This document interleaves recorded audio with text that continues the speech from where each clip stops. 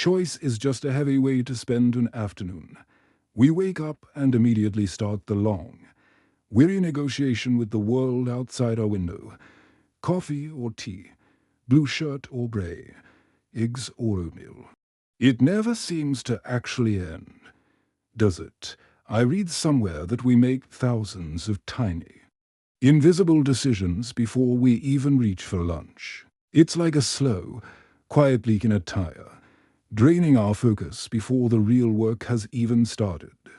I decided to fix the leak, or at least plug it with a very specific, very repetitive kind of fuel. 7 days. One single dish. Every single breakfast, every lunch, and every solitary dinner. I chose chicken, broccoli, and rice, the classic, utilitarian fuel of the modern, boring person. It felt like a small, private rebellion against the loud, colorful cult of the foodie lifestyle. No more scrolling through digital menus like I'm hunting for a lost treasure in a dark forest. No more standing in the grocery aisle staring at 40 different types of pasta for 10 minutes. On Sunday night, I prepped it all in neat, identical plastic containers that felt strangely heavy. They looked like little white and green soldiers waiting for their orders in the back of the fridge. I felt organized, efficient, almost dangerous in my newfound, stripped-down sense of focus. Monday was a revelation of pure, unadulterated time that I didn't know I actually possessed. I gained 40 minutes just by not thinking about what to eat, which is more time than it sounds.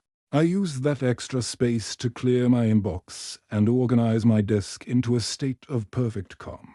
My brain felt quiet, like a large library after everyone has finally gone home for the night. The food itself was fine. It was just fuel, a biological necessity stripped of its emotional weight. It was a simple transaction between my hunger and my fridge, with no middleman or confusion. By Tuesday lunch, the efficiency started to feel a bit cold, in a way I hadn't expected. I knew exactly what the next forkful would taste like before it even reached my tired mouth. There was no surprise, no anticipation, just the mechanical, rhythmic chew of a moving machine. I finished my work much earlier than usual, but I didn't know what to do with the silence left over. I just sat there for a while, looking at the empty plastic container sitting on the wooden table.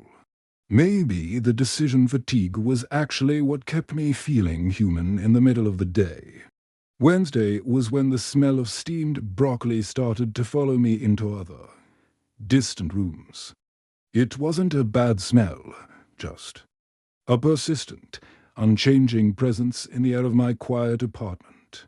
I found myself looking at a photo of a greasy pizza on a billboard with genuine, aching longing. It wasn't because I was hungry.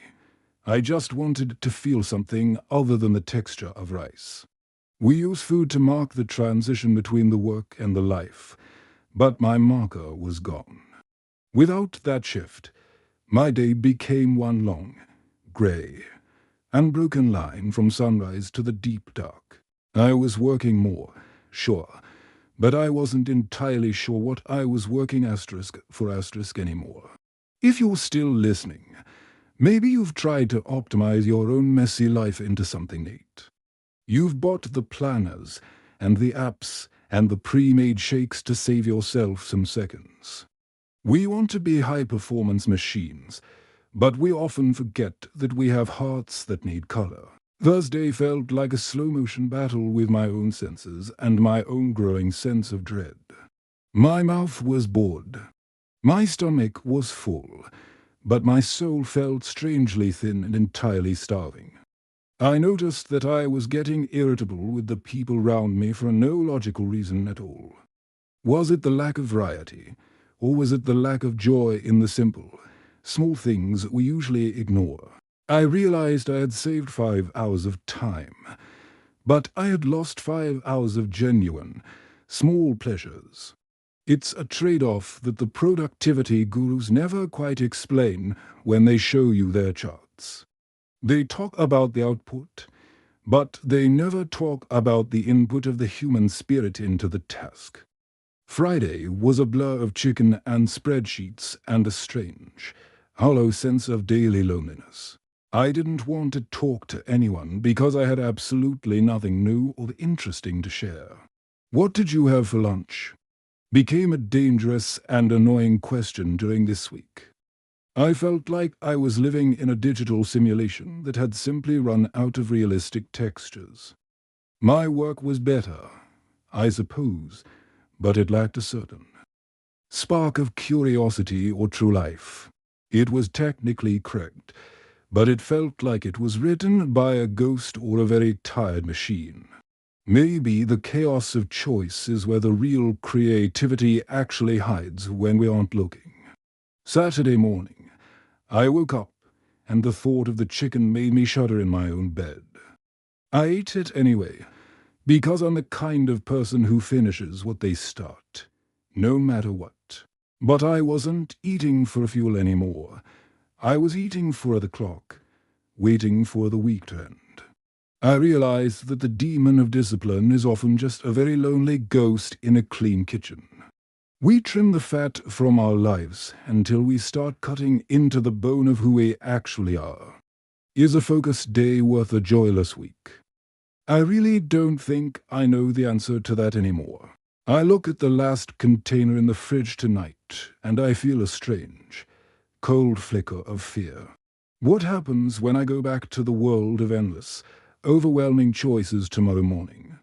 Will I be overwhelmed by the colors and the smells of the market like I've been away for years? Or will I just start the cycle of optimization all over again because it feels safer than freedom? We think we are making progress, but maybe we are just circling a very efficient, clean drain. Choice is just a heavy way to spend an afternoon, just as I told you at the very beginning.